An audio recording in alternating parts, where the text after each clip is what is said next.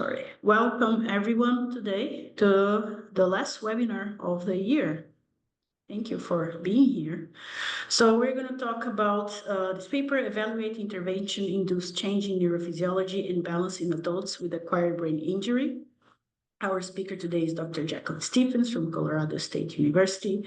I'll be your moderator, and we also have Kami on the back end. This webinar is promoted by NIRx. We are a company that uses scientific knowledge out there to make outstanding fNIRS devices and also having fun while doing this. If you want to connect with us, these are our social media. If you want to send an email and want more personalized consultation, please send an email to consulting@nirx.net. And if you want to know everything that's going on, please subscribe to our newsletter so you don't miss anything. We will have a couple of interesting webinars and workshops next year, so stay tuned. Some considerations before we started. You are all muted. Questions are welcome at any time. Use the Zoom chat please. The content will be available on our website in the upcoming days. Again, if you have further questions on the consulting, please send us an email at consult@nirx.net or for support questions, support@nirx.net.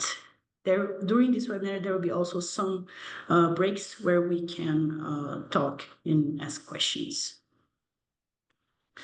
Okay, without further ado, I will present our presenter today. So it's Dr. Jacqueline Stevens, Associate Professor and Director of SCORE Lab, Health and Exercise Science Department at the Colorado State University.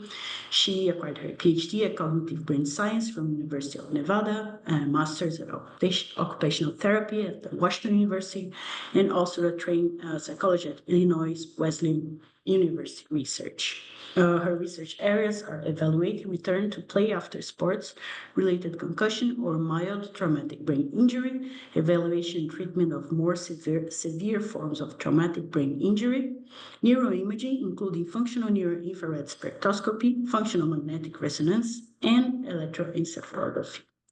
Almost all neuroimaging methods out there. She has also some honors and awards: American Congress of Rehabilitation Medicine Brain Injury Special Interest Group Task Force Project Funding, American Congress of Rehabilitation Medicine Brain Injury Special Interest Group Travel Award, NIH Loan Repayment Program Award, National Institute of Health, Bethesda, 3-minute thesis, second place in the PhD category for the University of Nevada. Thank you very much for being here today, Dr. Stevens, and I'll give the mic back to you. Stop Thank you so sharing. much. Yes, we can see your slides. Great. And can you hear me okay? Yes, all good. Okay. Very good. All right. Well, thank you everyone for being here. I don't know that I realized that this was the very last webinar of the year, but that doesn't surprise me. I know we're all ending our semesters and years and wrapping things up. So hopefully this is a good presentation to end the year on, and that it's helpful for all of you that are here today. So thank you so much for that lovely introduction. So I'm Jacqueline, and I am trained as both an occupational therapist and a cognitive neuroscientist. And just to confuse everyone, I'm in the Department of Health and Exercise Science. So I'm not in a neuroscience or OT department, but rather in health and exercise science. However, that works very, very well with the research I do, because I have been involved quite a bit with athletes and sports-related concussion, but I've expanded my population to also include adults with more severe types of brain injury, acquired brain injury, which we're going to chat about today. So as it was mentioned, I am happy to take questions at any time during this presentation. I believe that most people in the audience have a neuroimaging, neuroscience background, and so I'm going to really be talking about using neuroimaging techniques in a clinical population. So if there's anything that's unclear that I'm saying about the clinical population, please interrupt me, because I am a clinician. I use acronyms. I don't mean to. So if I've lost you at any point, please go ahead and interrupt me, and I'm happy to elaborate on anything that I'm sharing with you. I will also talk briefly about some methods that we're using and special considerations that we have when using neuroimaging methods with clinical populations. And I'm happy to elaborate on how we're very careful and thoughtful about applying these methods in a clinical population. All right, so we are doing a journal club style presentation today. So the title of this presentation is a little incongruent with the title of the paper, but if you saw the paper is titled Intervention-Induced Changes in Balance and Task-Dependent Neural Activity in Adults with Acquired Brain Injury. This is a pilot randomized control trial. So this was an intervention study, but we used neuroimaging methods, particularly fNIRs, before and after our pilot randomized control trial. So there's our author list. So you can see I'm the senior author on this, which meant that I had to reread this paper extensively this morning because our first author was the one who did the bulk of the writing, Dr. Hernandez Sarabia. And so it's amazing how as you get more senior, you get a little further away from your science. So some of this was new for me today too, but not all of it. So I'm just going to share a little bit of the background on the acquired brain injury population. So this is indeed our clinical population of interest. I'm going to share a brief history of yoga intervention studies. So this was a pilot randomized control trial that pitched yoga against exercise, so comparable exercise. And I'll tell you a little bit about why we think yoga is an important intervention to use in a brain injury population. Along that, I will give a rationale for our methods, focusing a lot on our fNIRS methods. We did also include other neuroimaging methods. I'm happy to speak to those, but this is a NIRx supported webinar, so I will really focus in on our fNIRS methods. I'll share just a little bit so you know a little bit about our pilot randomized control trial. It's a typical randomization procedure, but you can kind of see what groups people were in. It is a very small sample size, so we know that up front. Spend some time on our fNIRS block design and the parameters that we used and the data processing analyses and analyses that we completed in Satori, which if you've used it before, you'll also know that's a NIRx product. I'll share our results with you. These are a little bit complicated and nuanced, but we'll go through them in a way that I think is hopefully helpful and will leave you with a good takeaway from what we found. Again, acknowledging that this is a small sample size. And then I'll share my thoughts on the discussion, and then we'll switch into a discussion with a Q&A or your thoughts. So don't feel like you have to phrase things as questions if you have some other interpretations or ideas about our study or what you think we could do next, because the novelty of the work that we've been doing is very exciting, but it also means that we are very open to input because we want to make sure that we're doing this the best way, the right way. And we love hearing from other folks because you often have great ideas for how we can optimize our study. All right, so a little background.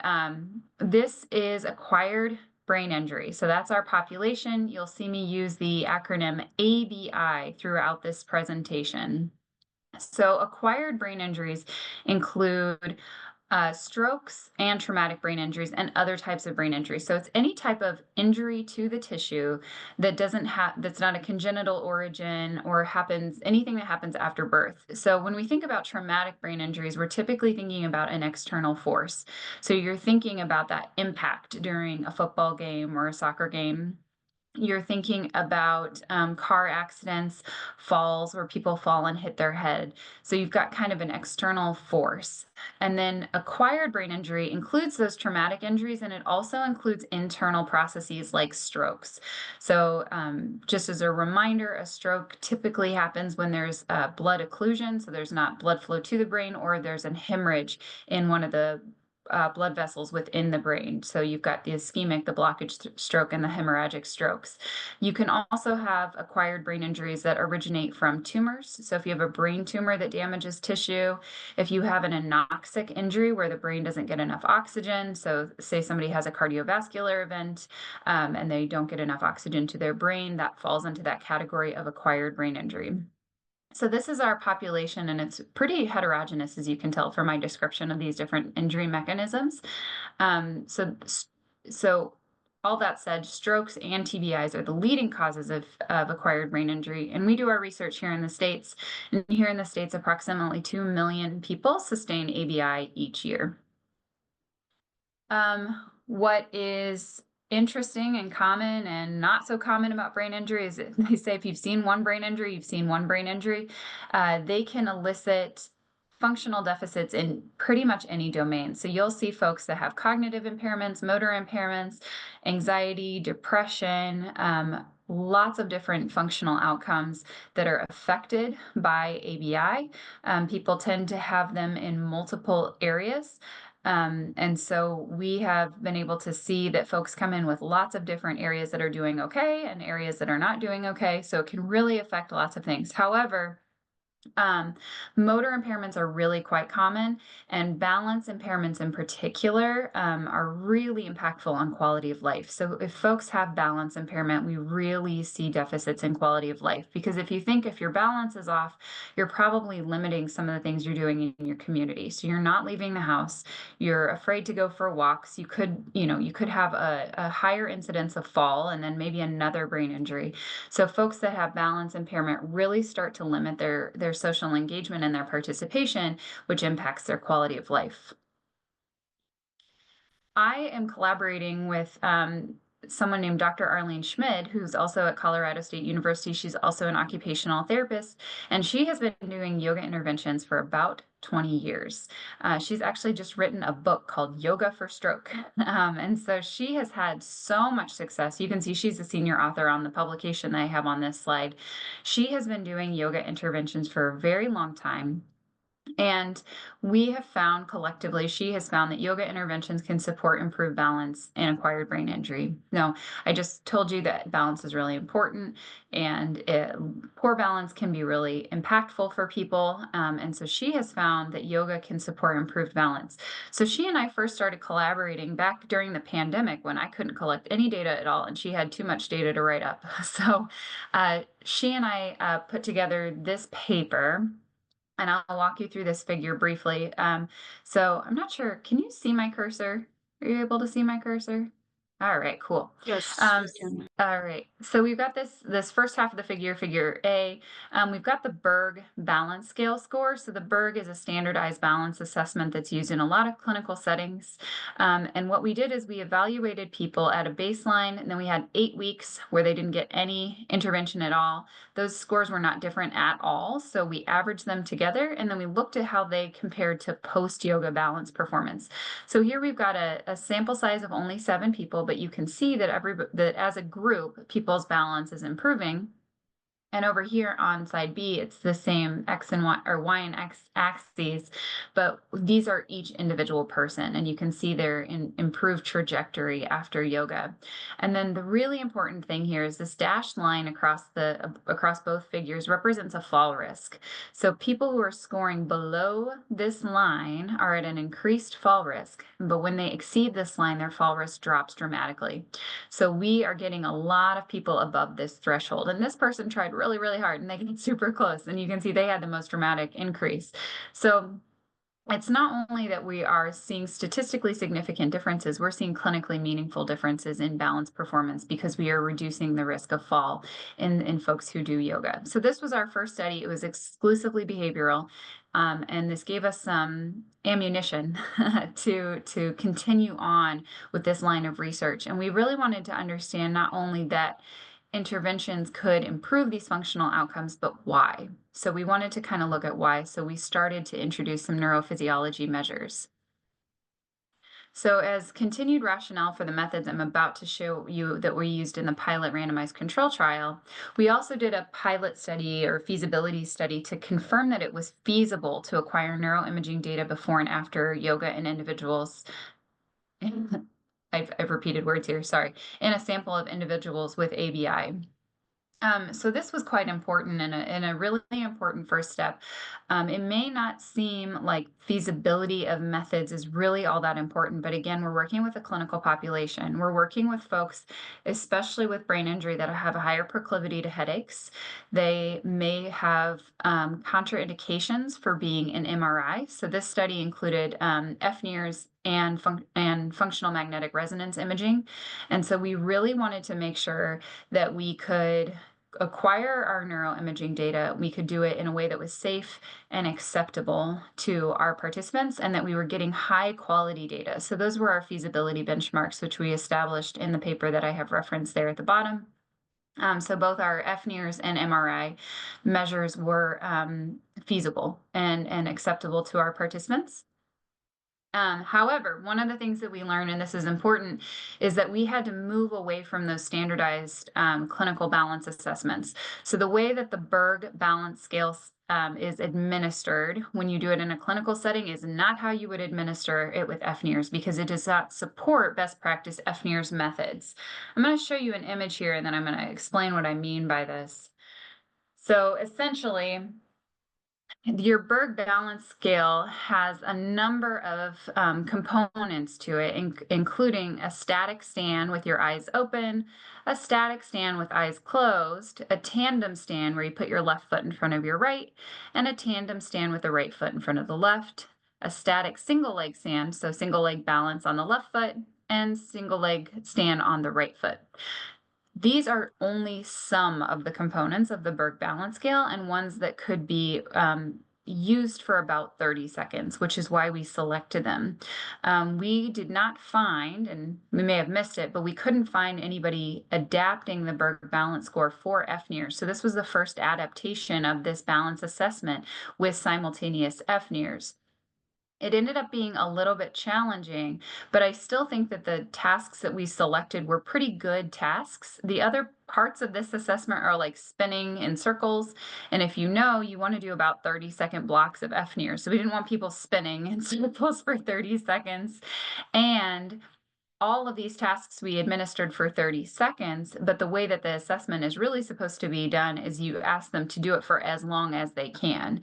But in reality, what we had them do is hold it for 30 seconds. If they fell out of the position, return to the position so that we could measure their neural activity as they either completed or attempted to complete, failed and tried again during the task. So we're documenting all these things, but it's very much a different type of administration. And we had to use some of our clinical expertise to really understand how their balance was changing. We did include, we did score their performance using a clinical outcome measure. So that was another adaptation. And we videotaped everything, and we could see very discreetly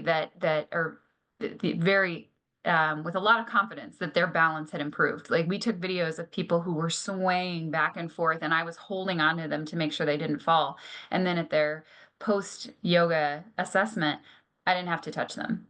So this tells us that yoga was still working, and that we could adapt our methods to acquire NIRS data before and after. This was a highly imperfect, not great assessment, but it gave us that first start. So a lot of what we're doing now is imperfect. We know it's imperfect, but it's moving us forward.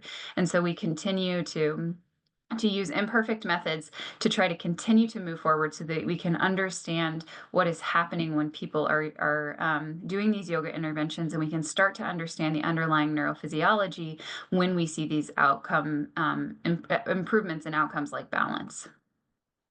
Okay, so now I'm going to jump into the methods of the paper. So again, I mentioned that this was a pilot randomized control trial. So we enrolled our participants, and then we did a pre-intervention evaluation, which included outcome measures of cognition, outcome measures of balance with and without fNIRS, and outcome measures of magnetic resonance imaging. So we have a lot of data from our folks. We use the NIH toolbox for a lot of our outcome measures, but we had self-reported measures of anxiety and depression and quality of life, because as I mentioned at the very beginning, so many outcomes are affected, and so many outcomes could be changed with yoga. And then we had so much success eliciting improvements in balance with yoga. We wanted to see if another exercise intervention that was comparable would also elicit similar gains.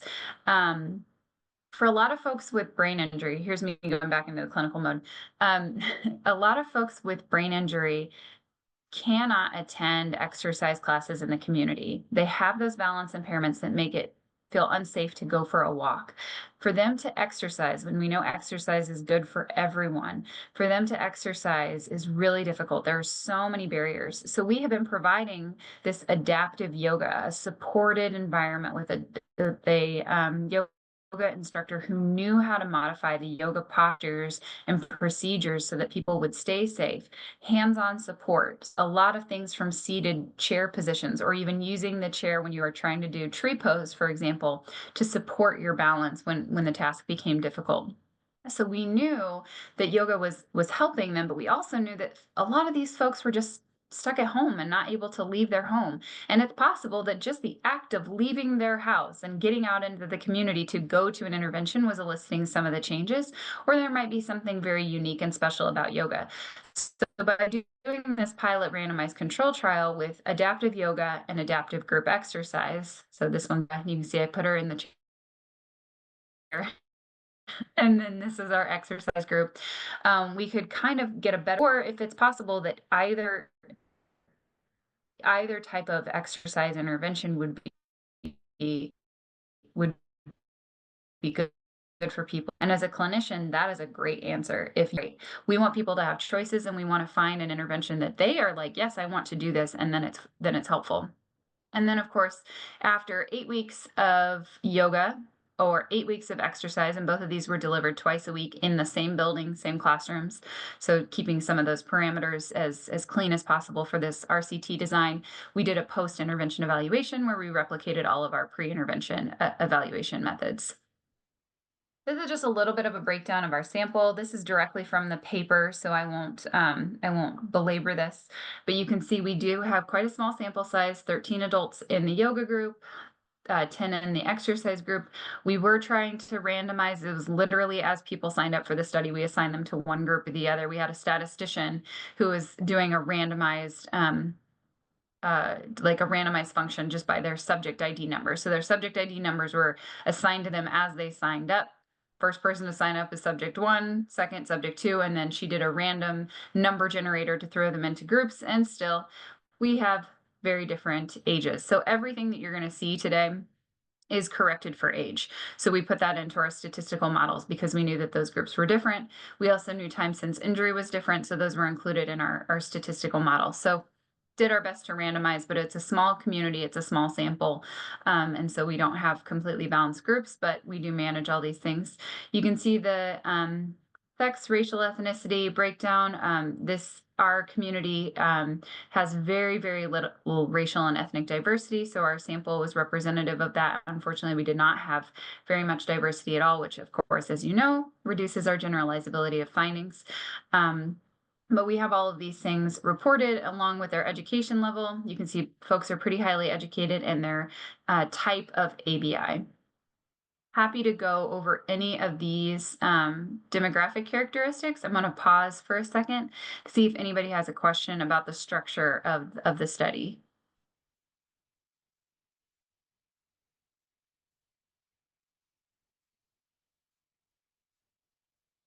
Okay, I'm going to continue on. All right, so we used an fNIRS block design, just as we had done before, but this time we used a force plate instead of trying to manipulate a balance assessment. It has some of the same kind of components as the Berg balance scale, but we did it in a slightly different way. So I'll just walk you through this. You can see we placed the fNIRS cap. We use the NIRx 2 or the NIRx Sport 2. Sorry, NIRsport 2, there it is, NIRsport 2, and Aurora recording software. We use PsychoPy through a lab streaming later to send our trial markers and all that good stuff, so we knew what was happening when. All of our blocks were 30 seconds. We got a baseline of seated rest, brain activity, and then we started our force plate recording, and then they did all of these conditions, which were repeated. So EC soft means eyes closed on a soft surface. So they were standing on a foam pad with their eyes closed and trying to maintain their balance. That foam pad was placed on top of the force plate so that we could measure the amount of sway in the anterior, posterior, and medial lateral directions during their balance assessment. EO soft is eyes open on that soft surface. Eyes closed firm is eyes closed on the firm surface, so right on top of that force plate.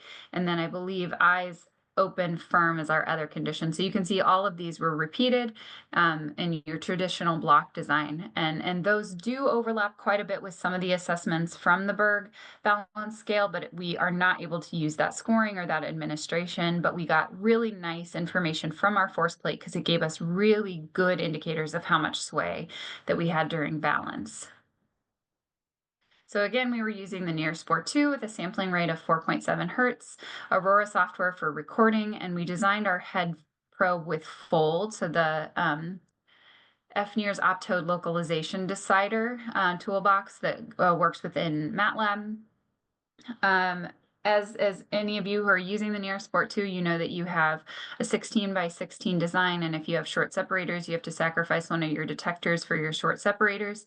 So our design included 15 light sources, 15 light detectors, 45 total main channels with our 8 short separator channels, and it looked like this. This table is also included in the manuscript, so feel free to take a look at this. We had a lot of detailed findings in our results. We used the 1010 system as a standardized localizer for each of our source detector pairs. Those are all situated here, and they tell you the landmark that they're over. So when you look at our results, it's a little complicated because the results are listed by the channel, because we didn't use a digitizer, but we did have all of our channels in a standardized space, and you can see how much overlap. So each of these numbers, this is, for example, a medial temporal gyrus, and you've got 79% overlap with these two source detector pairs. So you can see all of those. I know you can't see the detail here, but you can see all of those laid out. And primarily because we were looking at balance, because we were looking at a motor performance task, we have premotor regions, primary motor regions, supplemental motor regions, and the inferior parietal cortices. So our ROI is primarily bilateral inferior parietal cortices and bilateral motor cortices. These have been seen in fMRI studies to be associated with balance. Now, of course, you're probably thinking balance equals cerebellum. We're not measuring the cerebellum with NIRs, but you do have superficial cortical regions that are associated with balance performance, and we really tried to have our NIRs head probe situated over those exact regions. Okay, any questions before I move on? Am I doing okay on time? Yes. Okay, great. All right. So as I mentioned at the very beginning, we did our data processing and analysis with Satori software. We used their default pre-processing steps, which included short separator regression. We do not in our lab use automatic channel removal. But what we do is we process all of our data with automated channel removal, and then without automated channel removal, we run our group level analyses without any of the channels removed, and then we look very carefully at each individual subject file to see if there are channels that should have been removed, and then see if we remove that subject, say that we have a significant channel that's different pre-post or something like that, if that subject is biasing our findings, then we drop them, put them back in, and we check to see if our p-value changes significantly. So this feels like a more conservative way to make sure we're not just dropping channels, since there's some support for channel removal, but there's not a robust literature saying that you absolutely should, and this is the exact threshold that you should use for automated channel removal. So this is kind of the approach our lab has used to try to use that information, but not accidentally eliminate too many channels, particularly in a clinical population. Then we use a generalized linear model to generate beta coefficients for HBO and HBR per channel, condition, and participant. And we do comparisons within, so pre-post for everybody, and then between group yoga versus exercises to examine differences at the channel level. Couple things here. I'm going to show results for HBO today, just in the interest of time. We also have HBR findings in the manuscript. Right now, our lab is using channel level data, and in this paper we're using that, but we've also moved to an ROI approach where we're clumping channels together and starting to look at regions of interest as channels, and we kind of average across the channels to look at average beta coefficients across multiple channels that make up a particular ROI. Here we're staying at the channel level. And as I mentioned at the beginning, we did not at the time of this study have a digitizer to know exactly where our channels were, and that is something our lab has added to try to improve some of our test-retest components. So we don't have those in there, so I know that's a limitation, and I'll speak more about that when we get to the discussion. All right, so results. How do both interventions affect balance performance? So as I mentioned, that force plate that we're using allows us to detect sway. We found most of our findings in the anterior posterior, so forwards, backwards. And just so you're oriented here, poorer balance is higher numbers, so that's more sway, and better balance is less sway. So we can see in these three different conditions, so eyes open on a firm surface, eyes open on a soft surface, and eyes open on a closed surface, we do see changes in balance. So you have more sway pre-intervention, less sway post-intervention. I know it's tiny, but the little green triangles or diamonds, not sure, I think they're diamonds, are our exercise group, and the red is our yoga group. So we do not have any differences between our groups. So everybody's balance gets better. That's your take-home message. So whether they were in yoga, whether they were in exercise, their balance got better, as we see significantly less sway from pre to post intervention. All right, so no differences between the groups here. And then we look at how do these interventions affect their neurophysiology or their task-dependent fNIRS, the task-dependent fNIRS data that we acquired. So what we can see here is we have reductions. Oh man, all my notes disappeared. All right, I'm going to do this from memory, so hang with me. All right, so we have decreases in left premotor regions. My animations disappeared. There we go. Increases in bilateral supplemental motor areas. And then we have mixed findings depending on the task in our supramarginal gyrus. And so one of the things that we have done to try to interpret these findings, because they look a little complicated, is we looked very closely at the roles of each of these regions. So when we think about the left premotor cortex, we know that it has a role in responding to external cues to support balance. So external from the environment cues to support balance, whereas the supplemental motor areas, which again we see bilateral increases, are more associated with voluntary control and internal cues to execute balance. The supramarginal gyrus is associated with spatial awareness and sensory motor integration. So there might be something there that is changing as people's balance gets as it improves, and it might be that the task demands elicit different activity in that region. I'll say more about that when I get to the individual groups.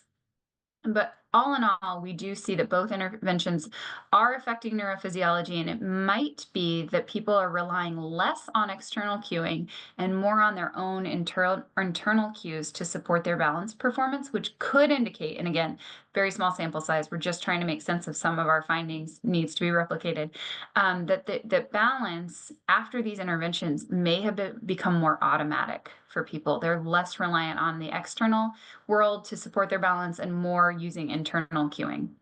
That's one possible interpretation. And then what we can see here in this table, and I'm not going to go through this table in a lot of detail on this slide, I will on the future slides, we can see that if we look at these regions where things were significantly different from pre to post, they are different in our groups. So we've got 5 regions that have differences in our yoga group and 3 regions that are different in our exercise group. This suggests to us that these interventions are both supporting balance, but they're doing it in a different way. The underlying neural changes that are supporting balance are different. And that kind of makes sense to us because the yoga and the exercise is a very different type of exercise protocol. And those are both described in detail in the paper. And so perhaps the different interventions are both getting people better, but they're doing it in a different way, which is kind of cool. Okay, so to answer the question, how do these different interventions affect neurophysiology? We looked really carefully at these differences. So these 2 regions that I'm highlighting here are the left pars operculio, sorry, that word is not happening today, the POP, and then our left primary motor cortex. We see decreases there. We also see a decrease in our right supramarginal gyrus and a decrease in the left angular gyrus. But again, we see this increase in the left supplemental motor area. So if we think about this and we think about what we were showing earlier with the overall findings, that we have reductions in the premotor cortex, things that respond to external cues, but increases in our supplemental motor areas, which are responding to internal cues, it appears that this yoga group is really driving those between group findings that we saw on that first slide. So these overlap quite a bit. However, when we switch over to our exercise group, we're exclusively seeing increases, and those increases are happening in the right supramarginal gyrus. So that's what I have circled here, our right supramarginal gyrus. And again, that part of the brain is associated with our spatial attention and our sensory motor integration. So we might, again, both groups are getting better in balance, but it could be that these different regions of the brain are changing to support that, that improvement, which is quite interesting. Okay, so I'm going to move into our discussion here. So the takeaway messages, if I've lost you, this is the slide to pay attention to. So again, as in all of our other studies, we did improve balance in adults that had acquired brain injury. The intervention type did not matter for those balance improvements, those overt balance changes that we saw. However, we may have detected significant changes in neurophysiology, which did differ between groups.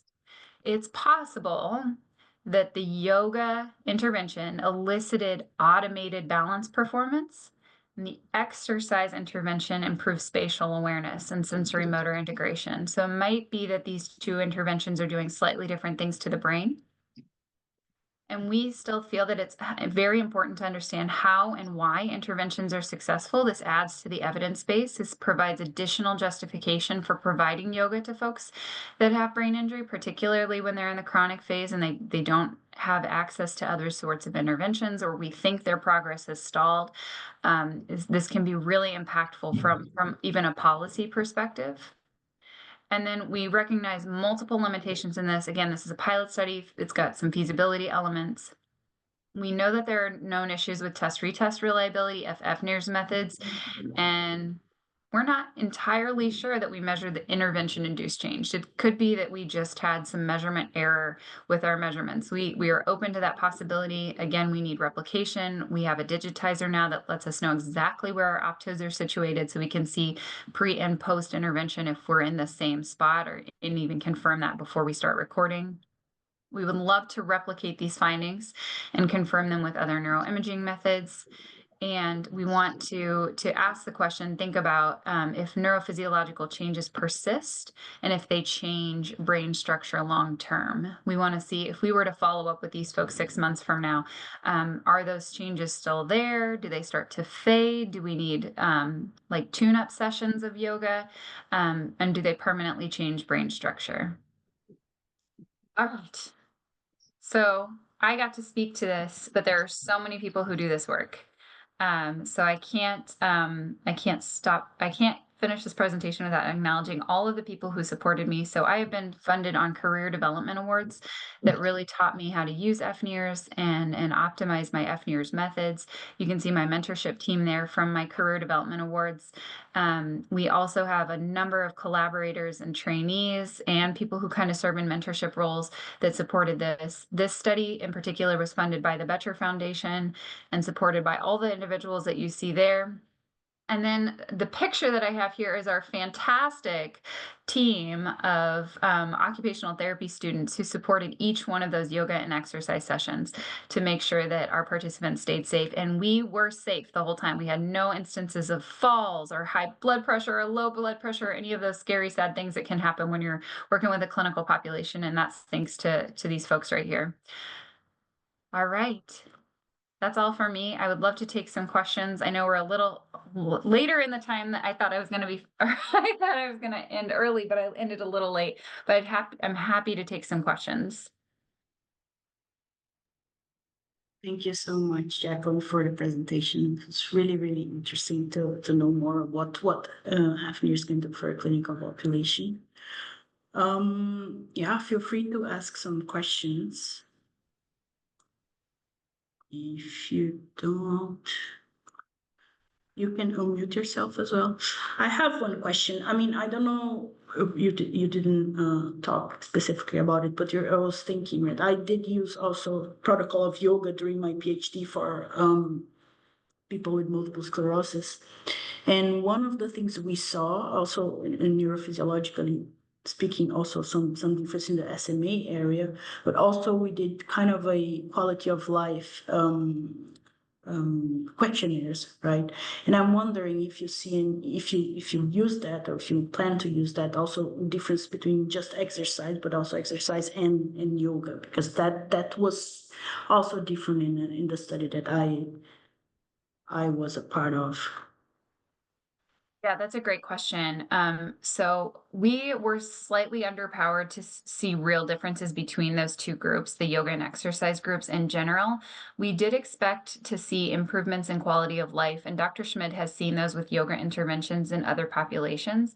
We don't always see those changes, though, in our brain injury population, because one of the things that is affected after brain injury is self-awareness. So a lot of people have deficits in self-awareness, and so they either think they're doing great when they're not doing so great, and then as they improve, they actually become more aware of their deficits, and it actually can be kind of depressing or anxiety evoking, or they actually recognize they think their quality of life is poorer. So we have seen that a few times where things actually go down. People feel less confident because they're actually starting to improve and starting to get some of these cognitive function. We think it's mediated by this improvement in that self-awareness. So we don't always see that self-reports are super helpful to monitor these things, and that's really our only way of assessing quality of life in this population. Yeah, super interesting. Nick Bray, I saw you raised your hand. Please feel free to unmute yourself. And we also have another question later. Yeah. First, Dr. Stevens, wonderful presentation.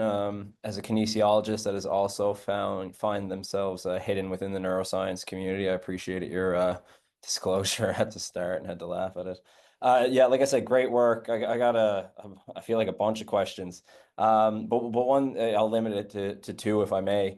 One thing I was wondering, and I know you didn't get into the exact details of your yoga protocol, but is there any interest in having some or all for a couple of sessions participants wear the fNIRS caps during the session, again, if possible, just to see if we can help make sense of the you're shaking your head, so I guess yeah, but pre-post changes, yeah. Yeah, that's definitely something that we are thinking about for future studies. Of course, we've got one fNIRS device, so we're going to have to pick one subject or borrow a few. I'm part of the reason I'm smiling is we also tried to do chest strap monitors to monitor to measure EKG to get heart rate variability metrics to try to measure autonomic nervous system function in this group. Right. And we had so much trouble getting those on that we ditched them after the third week. We couldn't get participants to arrive early enough and get everything set up. So instrumentation during the sessions themselves tend to negatively affect the sessions. Yeah. So yes, we're interested. Yes, we want to do this, and we're probably going to try to get it in a subsample of people. But it really becomes tricky when it starts to negatively detract from the intervention itself. Yeah, yeah, and I ask as someone that's had, I think for your passion for yoga, mine is matched with resistance training, so I've had a similar thought. Yeah, the other piece, and then I'll stop. I know you said you're exploring this, or maybe you're into this, but how exactly, or not exactly, or maybe generally, are you grouping the ROIs based on channels? And I ask that because when we look at the channels, there's only a certain percentage dedicated to an ROI, and then even a certain percentage is missing. So how, if you do know, how do you go about that in terms of grouping the channels to make an ROI?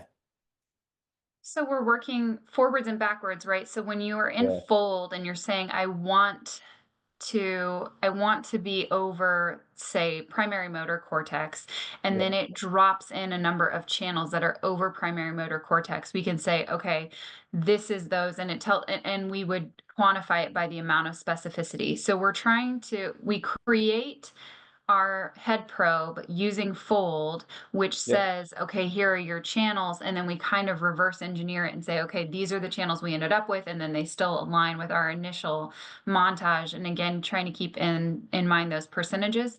I have a fantastic graduate student that I'm working with. I'm a secondary mentor, so he's not really mine, but his name is Andy Hagen, and he and I just published a paper in fNIRs where we did ROI based clustering of our channels. okay, And he followed a procedure that he found in another paper. So okay. we're trying to, again, cite other people who are doing this and replicate their methods as closely as possible. Yeah, and as someone that's also doing the same thing, I can appreciate that. So yeah, no, again, wonderful work. Thank you. Thank you. Feel free to email if you'd like to connect on some of your other questions and Yeah, thoughts. I think I might. Okay, very good. Perfect. Let's continue. We do have three more questions. I don't know if you want to unmute yourself and ask the question directly, but I can also do that. Okay, I'll do that then. Interesting talk. Interesting to know about the use of methods. Can you tell something about your experience of using Satori for processing data? Please suggest resource for interpreting beta values. Your views related to functional connectivity based on fNIRS data. Thanks. Yeah, so in our experience, we've had a good amount of luck using Satori. So being trained as an OT first and then a neuroscientist, I have some computer science skills, but I don't have another third set of skills. I think I maxed out at two skill sets. So Satori being GUI based, the graphic user interface, it eases our training and execution of our data processing and analysis steps. We know that we have fewer options than if you were to customize scripts in MATLAB, for example.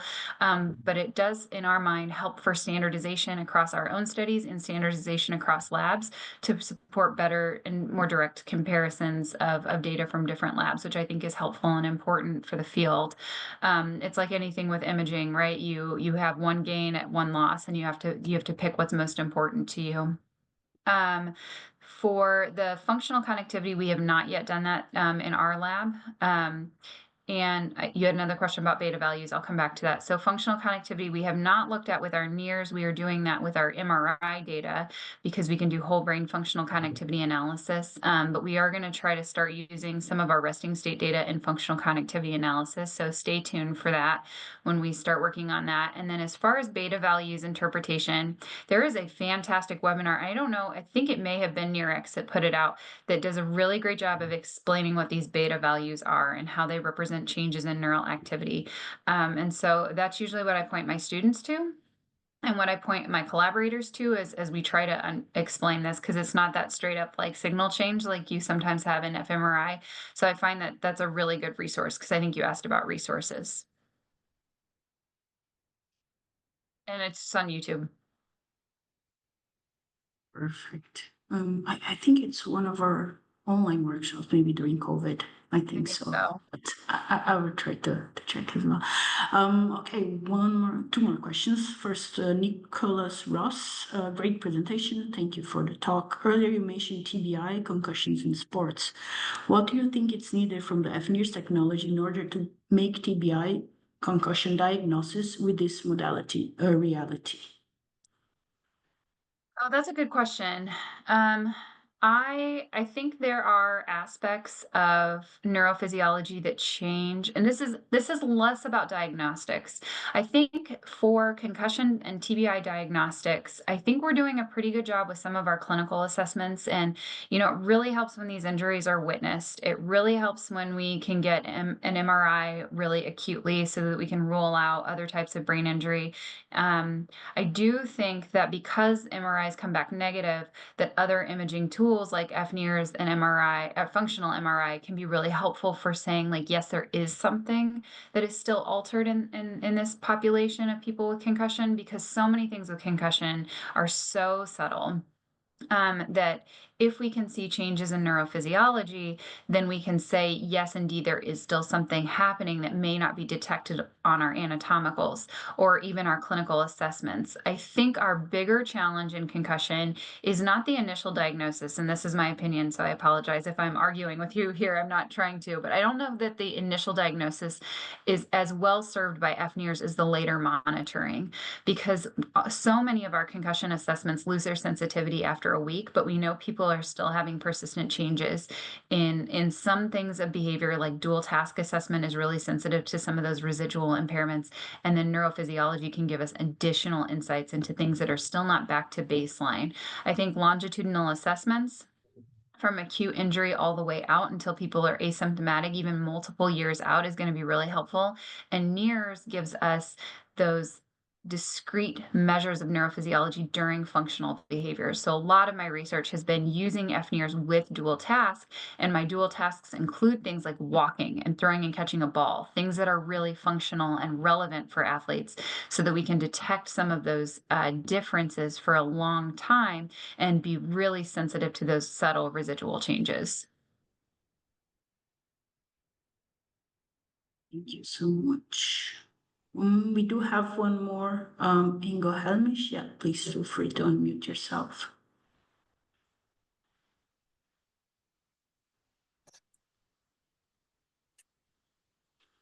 Hello. Hi. Hi. Thanks for your talk. I really enjoyed it, as I'm also using fNIRS and posture and do concussion research, also from a kinesiology perspective. But my question is now on the intervention you did. Since I was wondering, you found differences in brain activation with open and closed eyes. Could you elaborate how yoga is characterized, if there are special techniques in yoga that would particularly aim at brain activity during closed eyes postural control tasks or open eyes control tasks? How does it relate to each other? That would be my interest. It's a great question, and I honestly don't know that I can answer you with any amount of certainty until we replicate some of these findings, because we have such a small sample size here. I do think that there is something very unique about yoga that encourages people to be in the moment and to be focused on that. And there's really this mind-body connection. And sometimes when the eyes are closed, we're getting a lot less input from our visual system and focusing and requiring so much from our vestibular systems that we might have these unique changes. I will say that in our yoga sessions, some people were able to close their eyes during the yoga tasks. They're probably absolute, and because I was the neuroscience person, I was not present in any of the interventions because this was masked. So I didn't know who was in the yoga or exercise group until after the study was over. So I did not see the yoga or exercise sessions. But my guess is there is no eyes closed activities in the exercise group, but there are eyes closed activities in the yoga group, because there's an encouragement for people to close their eyes and move through some of the postures, which relies more on the vestibular system than the visual system for, where your body is in space. So, I think that's more of an open-ended question that I can't really talk about today, but I do think that those discrete differences in what people were doing in those classes is changing is affecting how these balance improvements are happening. And I think our continued work can start to get at some of those nuances. And if we do, as someone else suggested, some in-person or during session fNIRs, and really see like what's happening when eyes are closed during this posture, what's happening with eyes open during this posture, I think we're going to get a lot more information about how these specific interventions are changing neurophysiology. Thank you. You're welcome. Sorry it's not a more satisfying answer, but I just need more data. Perfect. Okay, thank you very much. Thank you again, Jacqueline, for being here today and presenting your amazing research. We're happy. And if you have more questions, feel free to send them to us, and we'll be happy to connect you with Dr. Jacqueline Stephens. Thank you very much. Have a happy holiday season, everyone. Bye-bye. Thank you.